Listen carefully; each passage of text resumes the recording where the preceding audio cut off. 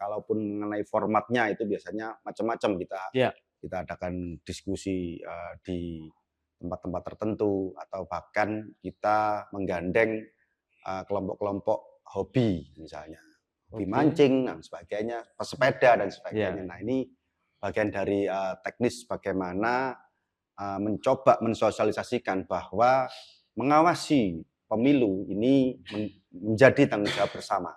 Jadi kita memang sediakan nomor khusus untuk laporan atau biasanya kan informasi ya, paling tidak ketika ada dugaan pelanggaran dan yang bersangkutan takut untuk menjadi pelapor, setidak-tidaknya memberikan informasi. Kadang-kadang kan mereka kan menyiasati, kontestan itu menyiasati, memberikan sesuatu ini kan macam-macam itu, padahal itu tidak boleh. Nah, yang dibolehkan itu sesuai dengan ketentuan undang-undang bahan kampanye, misalnya pakaian, alat tulis, penutup kepala. Nah ini masih diperkenankan. Tapi selain itu, misalnya sembako itu tidak diperkenankan. Itu tidak boleh. Nah, ini yang kadang masyarakat banyak yang tidak tahu karena secara prinsip mereka kan seneng kalau dikei, kalau diberi kan seneng. Nah itu jadinya akhirnya mereka nggak tahu bahwa ini pelanggaran.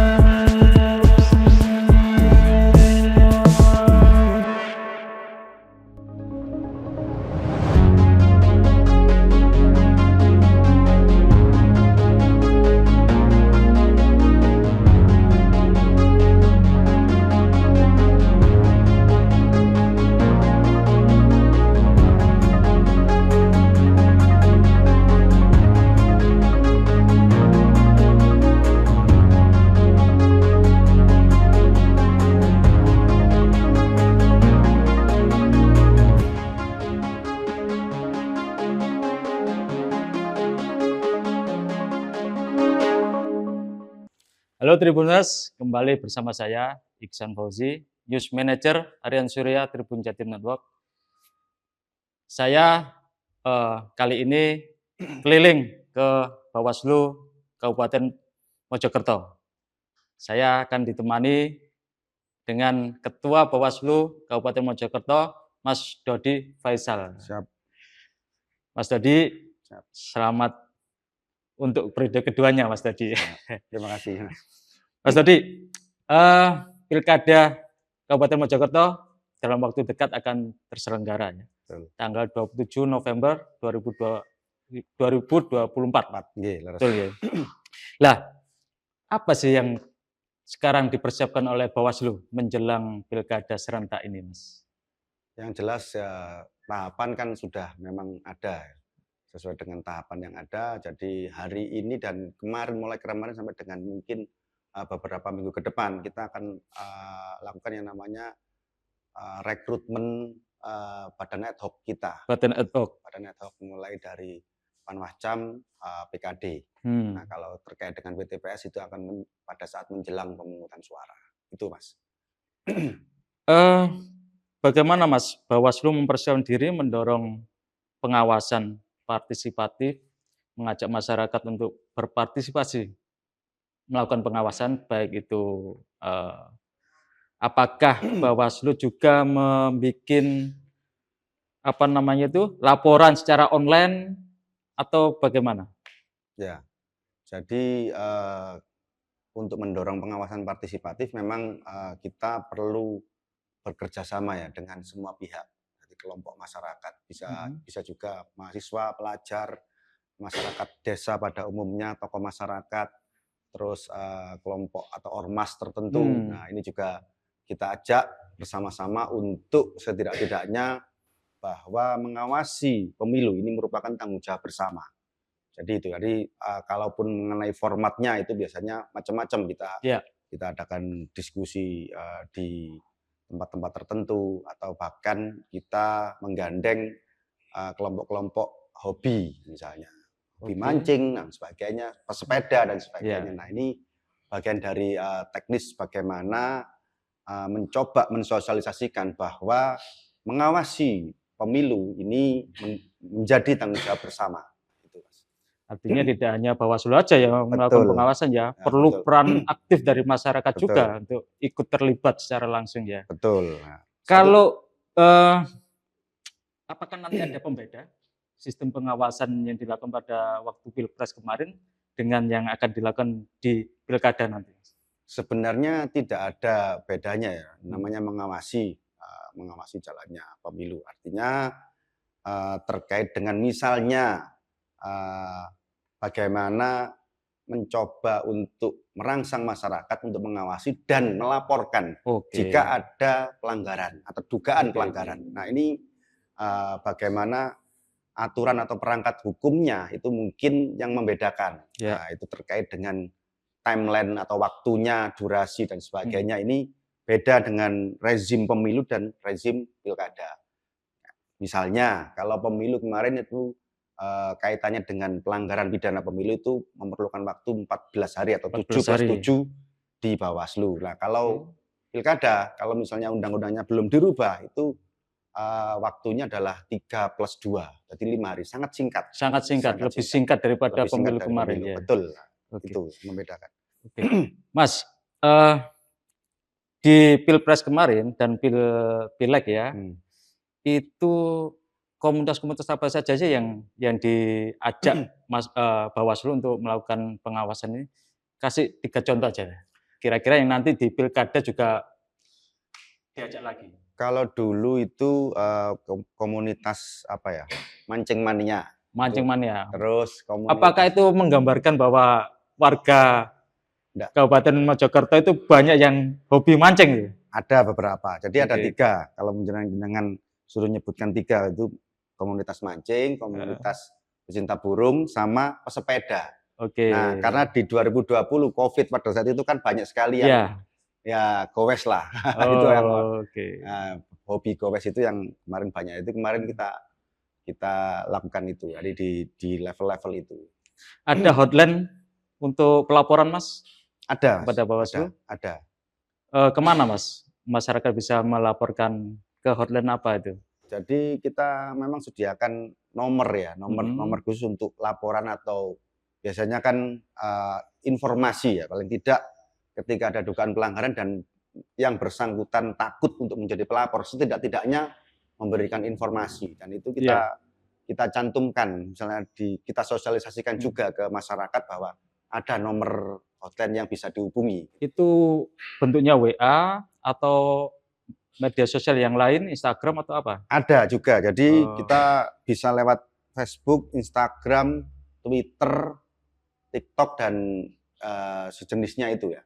Dan juga ada nomor yang kita cantumkan untuk misalnya by phone atau WA. Ya. Kalau melihat bercermin pada Pileg dan Pilpres kemarin, Mas, bentuk laporan mereka itu seperti apa? Bentuk video atau apa yang mereka lihat kemudian dikirimkan ke hotline Bawaslu? Ada beberapa macam. Jadi misalnya mereka tidak mau secara resmi menjadi pelapor, mereka akan menginformasikan. Bisa juga lewat narasi tertentu, misalnya disertai bukti. Misalnya bukti itu bisa foto dan video. Nah, itu kita sebut sebagai informasi awal. Nah, kalaupun mereka istilahnya berani dan mau menjadi pelapor, mereka akan melakukan yang namanya pelaporan secara resmi ke Bawaslu, itu yang secara langsung offline.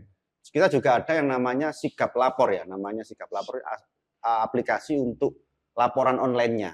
Nah, laporan online itu untuk mengisi laporan tersebut. Nah, jadi ada 2 macam sih, offline dan online. Offline dan online.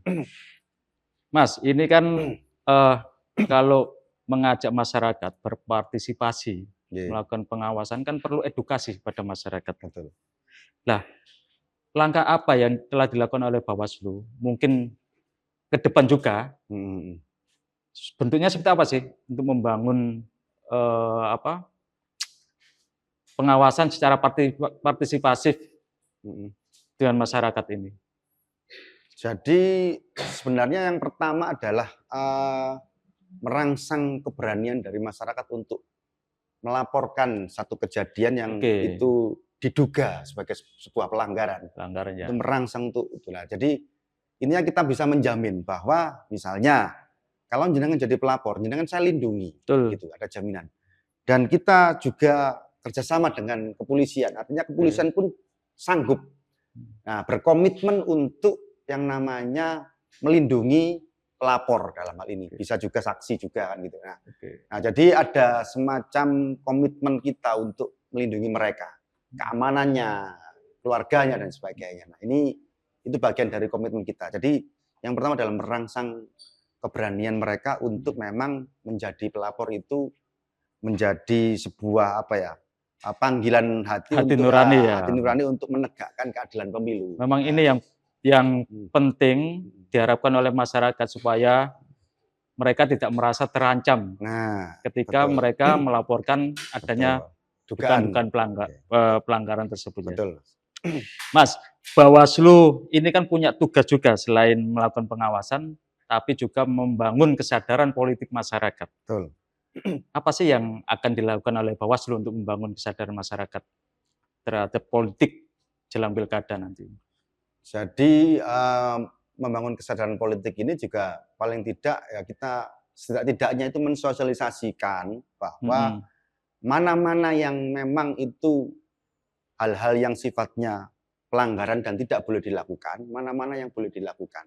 Karena sejatinya banyak masyarakat yang tidak tahu terkait hal-hal yang memang itu melanggar, misalnya kampanye. Ternyata tidak boleh ya kampanye dilakukan di dalam masjid, di tempat ibadah, sekolah itu tidak diperkenankan. Terus, ini juga gedung pemerintahan juga, terus membawa balita atau membawa maaf yang tidak sebagai pemilih kan gitu ya, di bawah 17 tahun atau belum menikah kan gitu.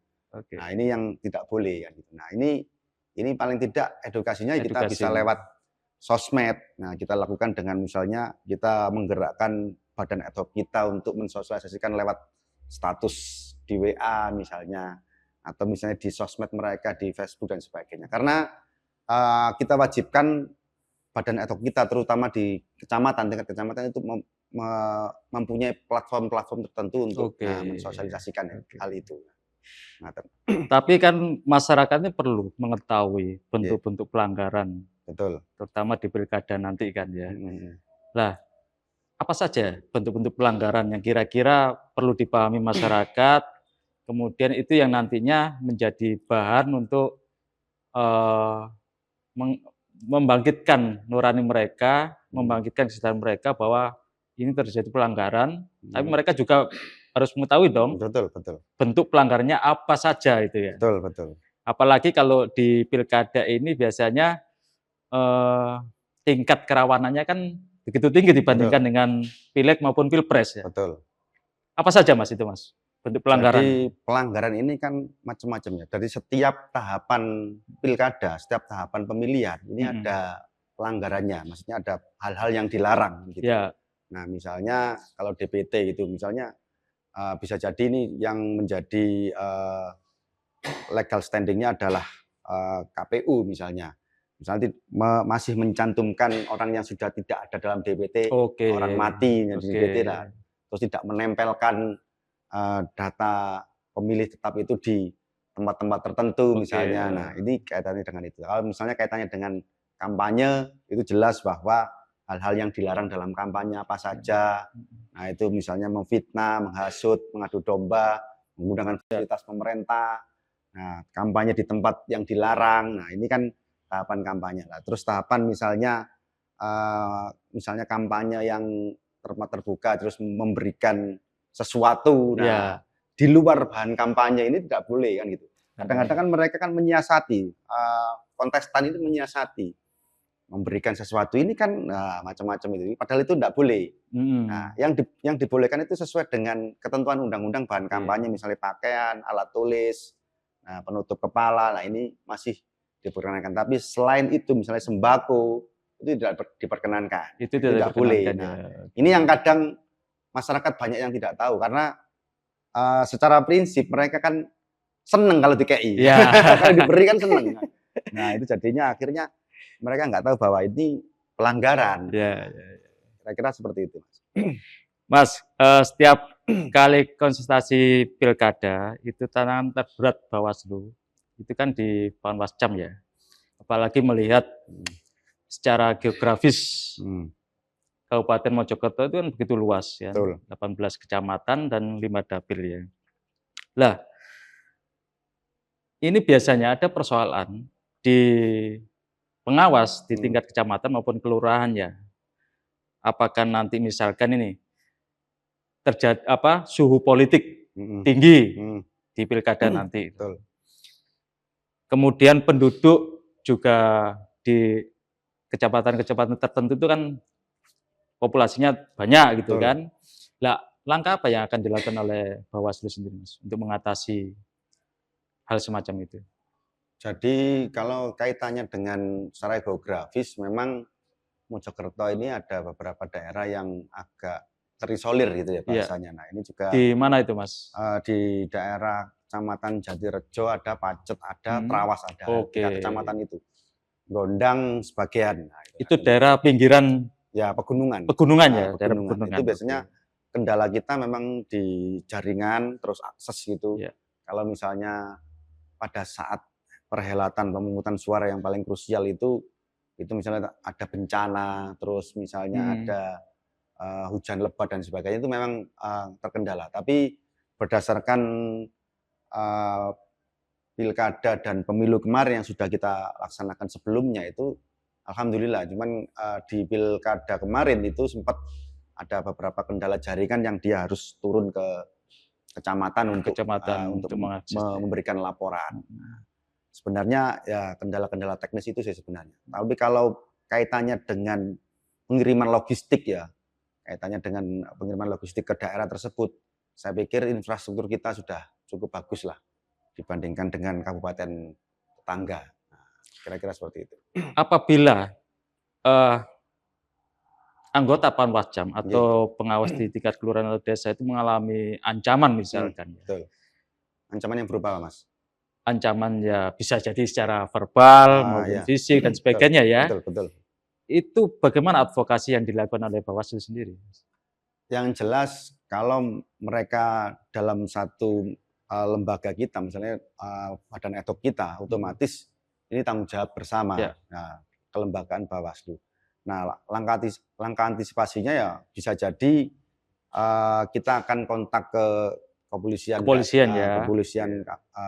kabupaten, Polres, yang akan meneruskan kalau dengan kecamatan di Polseknya untuk bahasa yang paling jeleknya itu ya memberikan pengawalan kan gitu. Nah, tapi sejauh kemarin saya bergabung di Bawaslu mulai 2018 tidak pernah. Alhamdulillah tidak ada masalah ya.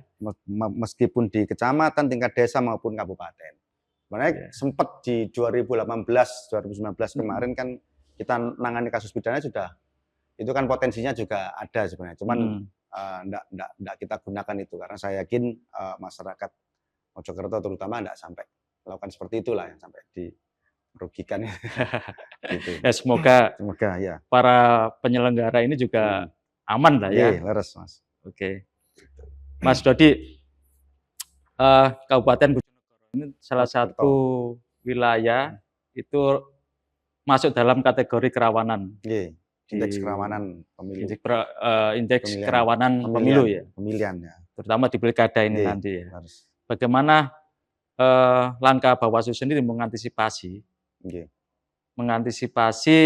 terhadap status ini? Jadi memang Mojokerto ini mempunyai riwayat yang kurang bagus terkait dengan pemilihan. Nah, mulai 2010, 2015 kemarin, terus 2020 kemarin juga sebenarnya tingkat istilahnya konfliknya di bawah ini luar biasa sebenarnya. Cuman kita ya langkah antisipasinya sebenarnya itu untuk pendukung-pendukungnya ya.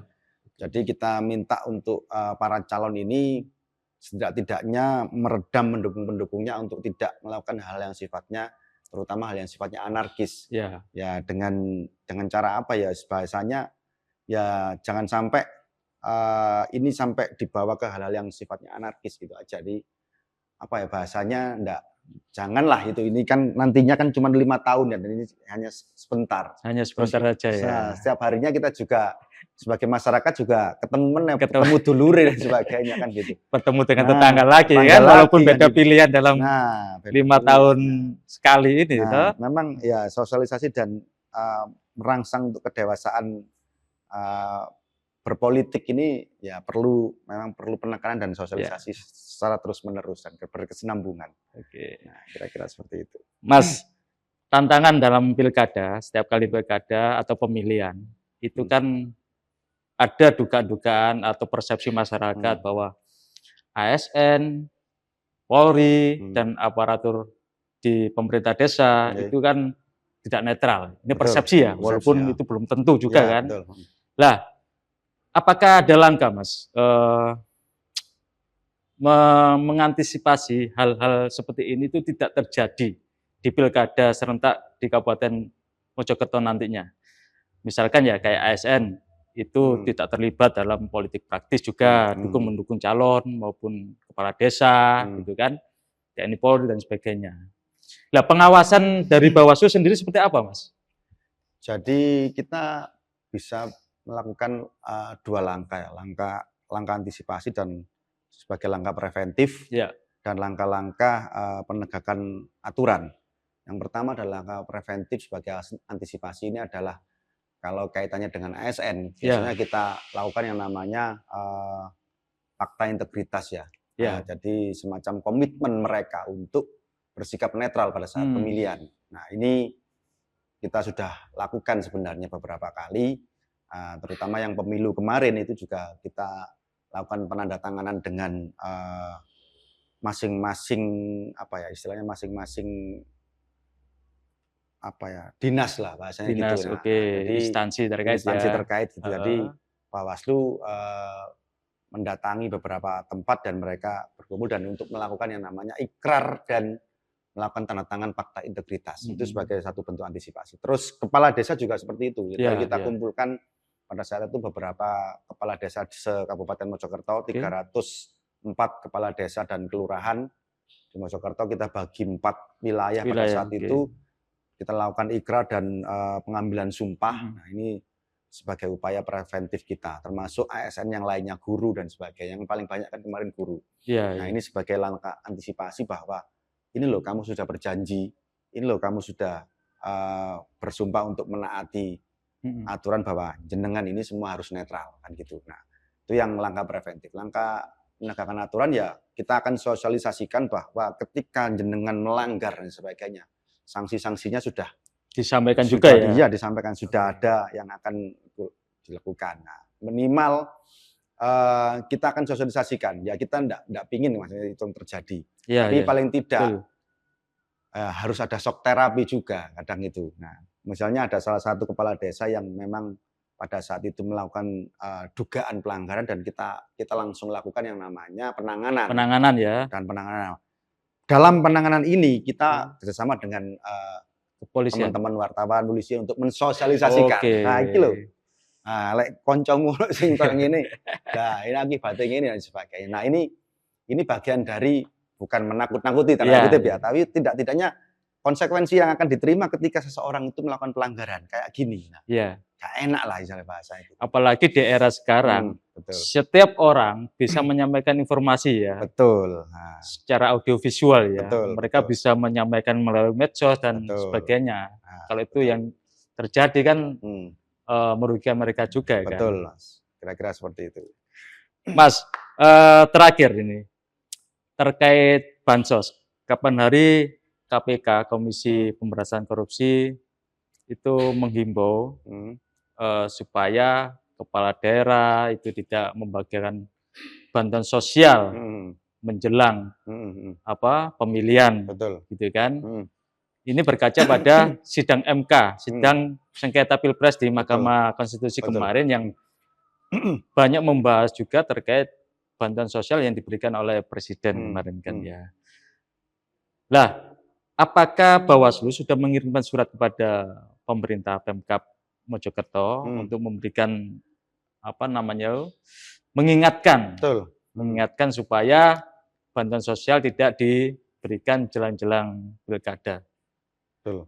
Jadi kita sudah melakukan yang namanya surat imbauan kalau surat imbauan. Surat imbauan ke bupati, kepala daerah itu agar tidak, itu bahasa dalam pilkada itu ada undang-undangnya pasalnya sekian gitu ya, agak lupa. Tapi yang jelas di situ memuat itu terkait kepala daerah dilarang menggunakan program dan sebagainya bla bla bla untuk kepentingan yang bersangkutan 6 bulan sebelum penetapan sampai dengan penetapan. Penetapan calon. Ya, nah, penetapan calon kan bulan September kalau tidak salah. Itu ditarik 6 bulan. Ya. Nah, ini program-program ini tidak boleh digunakan.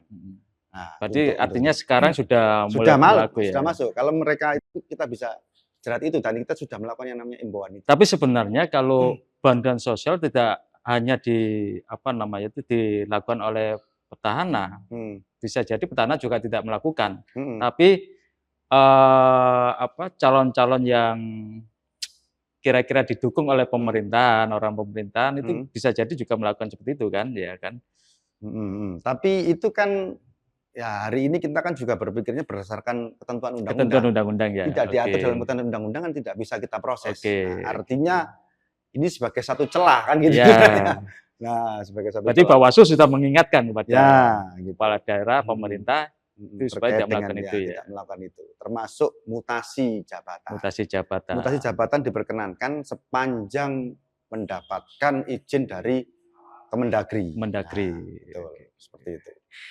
Satu lagi Mas. Siap.